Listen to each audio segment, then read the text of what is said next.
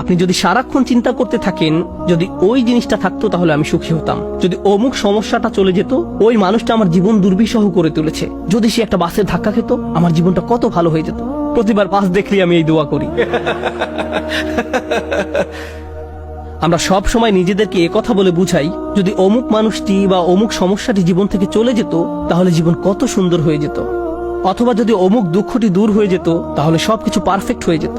যদি মানুষের পরিবর্তন হতো, যদি পরিস্থিতির পরিবর্তন হতো, যদি পরিবেশের পরিবর্তন হতো, আমরা এভাবে ভাবতে থাকি সবকিছুর পরিবর্তন হলে জীবন সুন্দর হয়ে যেত, তাহলে আমাকে আর দুর্বল থাকতে হতো না। আমরা ভোগের উপর ভোগ করতে থাকি আর এতে পুরোপুরি আচ্ছন্ন হয়ে পড়ি। আর আল্লাহ আজ্জা জাল্লা বর্ণনা করছেন, জানো তুমি কত দুর্বল? তুমি একটি মাছির চেয়েও দুর্বল। দুআফাত তালিব ওয়াল মাতলুব। যখন তিনি এভাবে বলছেন আমি আপনি মজ্জাগতভাবে অবিশ্বাস্যভাবে কতটা দুর্বল, একটু চিন্তা করে দেখুন। আপনাদের প্রত্যেকের মাথায় বিভিন্ন জিনিসের চিন্তা আছে প্রতিদিন। আমরা এখন রোজা রাখছি, নামাজ পড়ছি, আর আলহামদুলিল্লাহ নামাজ পড়ার সময় আমরা মনোযোগ ধরে রাখার চেষ্টা করি, কিন্তু এর বাইরে আপনার মাথায় কোন চিন্তা ঘুরঘুর করে? আপনি কি নিয়ে উদ্বিগ্ন থাকেন? আপনি কি নিয়ে চিন্তা করেন? কোন চিন্তাটি আপনার মাথায় সারাক্ষণ ঘুরতে থাকে? কোন জিনিসটির ব্যাপারে ভাবেন এটা যদি থাকতো, আর কোন জিনিসটির ব্যাপারে ভাবেন যদি এটা না থাকতো? কারোর জন্য অসুস্থতা, কারোর জন্য ডিপ্রেশন, কারোর জন্য দুঃখ, কারোর জন্য হয়তো কোনো ব্যক্তি। কেউ কেউ ভাবেন যদি ওই মানুষটা আমার ব্যাপারে খুশি হতো। তারা অন্য একজনকে খুশি করার চিন্তায় মশগুল থাকেন। যদি আমার বাবা আমার উপর খুশি থাকতেন তাহলে আমি সুখী হতাম। কিন্তু আপনার বাবাও তো একজন মানুষ, তিনি যদি আজ খুশি হয়েও থাকেন কাল হয়তো তার জীবন শেষ হয়ে যেতে পারে। তারপর আপনি কি করবেন? এরপর আপনি কোথায় দাঁড়াবেন? সুতরাং আমি আর আপনি এভাবে এসব জিনিসের পেছনে ছুটতে থাকি। আর এর পরের আয়াতে আল্লাহ আজ্জা জাল্লা বলেন, মা কদারুল্লাহ হাক্কা কদরিহি, তারা আল্লাহকে যথাযথ মর্যাদা দেয় না। ইন্নাল্লাহ কাউইয়ুন আজিজ, নিশ্চয়ই আল্লাহ শক্তিধর, মহাপরাক্রমশালী। তুমি দুর্বল কিন্তু আল্লাহ সর্বশক্তিমান। তিনি আরো বলেন, তোমরা আল্লাহকে যথাযথ মর্যাদা প্রদান করনি। জানেন তিনি আমাকে আপনাকে কি বলছেন?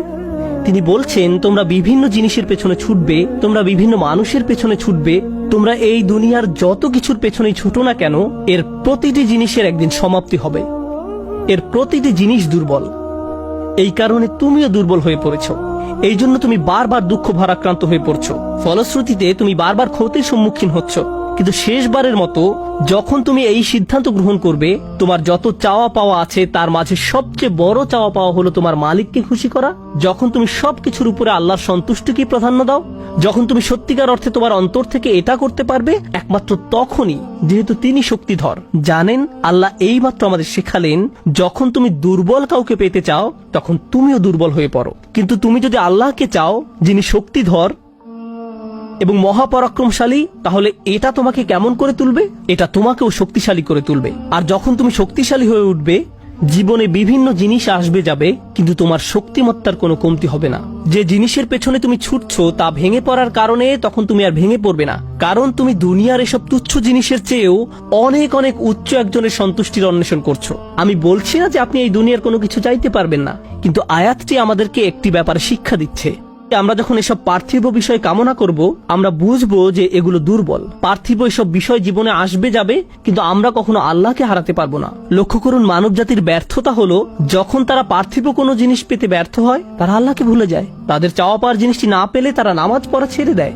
তারা যা চায় তা যদি না পায় তারা এভাবে বলে, এভাবে দোয়া করার অর্থ কি? তারা যখন তাদের আকাঙ্ক্ষার বস্তুটি পায় না তখন দুঃখ হতাশা একেবারে ভেঙে পড়ে এবং বলে আমি তো আল্লাহর সাথে কথা বলার শক্তিও পাচ্ছি না। এমনটি ঘটার কারণ হলো সমস্যায় পড়ার পূর্বে আল্লাহর সাথে তাদের বন্ধন শক্তিশালী হয়ে ওঠেনি। যদি সে বন্ধনটি আগে থেকেই বর্তমান থাকতো, যেমন মূল যদি শক্তভাবে গাঁথা থাকে তাহলে ঝড় এলে এদিক ওদিক দুলতে থাকে, সম্পূর্ণ ভেঙে পড়ে না, মূলের উপর দাঁড়িয়ে থাকতো। আর ঝড় চলে গেলে আবার ফল দেয়া শুরু করতো। এরকম একটা উপমার কথা কোরআনে অন্যত্র এসেছে, আসলুহা সাবিত ওয়া ফারউহা ফিস সামা। লা ইলাহা ইল্লাল্লাহ হলো এমন একটা বৃক্ষের মতো যার শেকড় মাটিতে এবং শাখা আকাশে উত্থিত। এটাই ঈমানের শক্তি। এই আধ্যাত্মিক শক্তির ধারণাটি আরো পরিষ্কার করার জন্য আমি আপনাদের নিকট একটা উদাহরণ পেশ করব। শক্তিকে আমরা বিভিন্ন জিনিসের সাথে সংযুক্ত করি। আমি বহু বছর আগে একটা ঘটনা নিয়ে কথা বলছিলাম, কিন্তু এখন এটি আমাকে অনুপ্রাণিত করে। যুক্তরাষ্ট্রের নিউ অরলিন্স অঙ্গরাজ্যের একটা পরিবারের একটা ঘটনা। পরিবারটা ছিল অনেক ধনী, তাদের গাড়ি ডিলারশিপের ব্যবসা ছিল। তাদের দোকান ছিল একেবারে সমুদ্র সৈকতের পাশে। তারা দামি দামি গাড়ি আমদানি করত এবং বিক্রি করত। এরপর হ্যারিকেন ক্যাটরিনা আঘাত হানল। ক্যাটরিনা এসেছিল বিশাল জলোচ্ছ্বাস নিয়ে এবং এর ফলে তাদের কেনা সকল গাড়ি ভেসে গেল।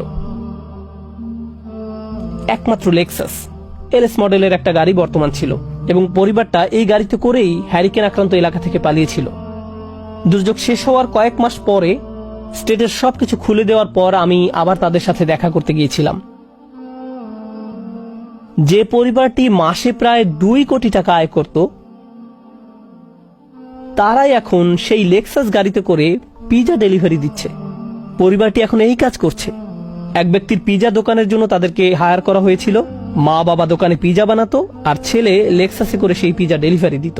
আমি যখন এটা দেখলাম, কল্পনা করতে পারেন অন্য কেউ যদি এরকম পরিস্থিতিতে পড়তো, অন্য কোনো মিলিয়নিয়ার যদি এভাবে দেউলিয়া হয়ে যেত, তাদের কি হতো?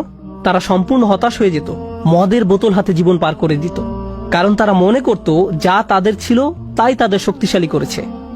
এখন যেহেতু এই সম্পদ হারিয়ে গেছে, আমার পক্ষে আর এই পরিস্থিতি মোকাবেলা করা সম্ভব নয়, এই ধরনের ক্ষতি সহ্য করা সম্ভব নয়।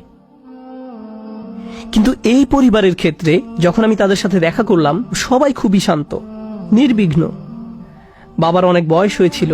এই রকম বয়সে এমন ক্ষতির সম্মুখীন হলে মানুষ হার্ট অ্যাটাক করে, উচ্চ রক্তচাপে ভোগে, কিন্তু এই মানুষটা সম্পূর্ণ শান্ত। তো আমি তাকে জিজ্ঞেস করলাম, কিভাবে এটা সম্ভব? আমি এমনকি আমার প্রশ্ন করাও শেষ করতে পারিনি। আমি শুধু বললাম, কিভাবে? তিনি হেসে উঠলেন।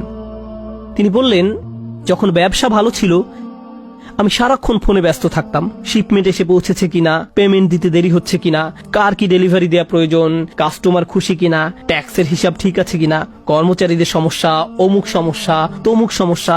এসব কারণে আমি কোনো মতে জুমার নামাজে উপস্থিত হতে পারতাম কোনো রকমে। কিন্তু এখনো তো টেবিলে খাবার আছে, এখনো তো আমাদের মাথার উপর ছাদ আছে, আর এখন আমি নিশ্চিন্তে মসজিদে গিয়ে নামাজ আদায় করতে পারি। আর সকালে ঘুম থেকে উঠে আমাকে কিচ্ছু নিয়ে ভাবতে হয় না, একমাত্র আমার রবকে মনে করা এবং তার কৃতজ্ঞতা জ্ঞাপন করা ছাড়া। আমার আসলে মনে হয় আমার জীবন শেষ হওয়ার পূর্বে আল্লাহ আমাকে সহজ জীবনের এই নিয়ামত দান করেছেন। সেই বাবা এটাই বলেছিলেন, কোন সাধারণ মানুষের পক্ষে এভাবে কথা